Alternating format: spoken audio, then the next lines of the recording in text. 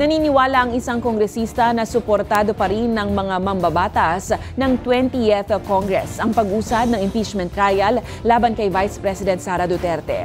Pero mariing banta ng grupong bayan, mauuwi sa malawakang kilos protesta kung hindi itutuloy ng Senado ang impeachment trial. Ang balitang A to Z ni Kim Salinas.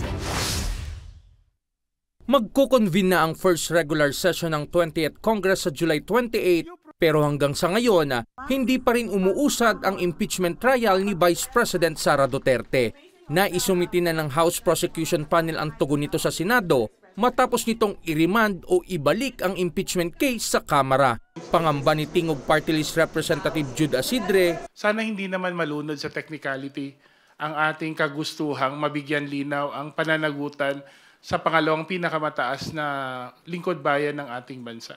Kung ang usapin lang po ng impeachment ay maiuwi kung i-dismiss dahil sa technicalidad, hindi ho natin na-serve ang original purpose ng impeachment process. Sa pagsisimula ng 20th Congress, buo ang loob ng mambabatas na suportado pa rin ng mga kongresista ang pagsulong ng trial laban sa pangalawang Pangulo.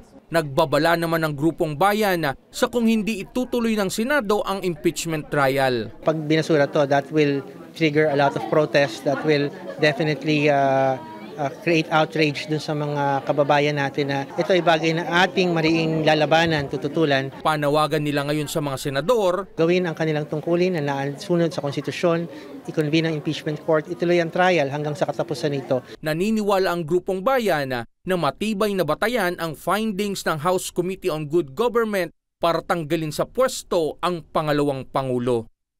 Para sa Balitang A to Z, Kim Salinas.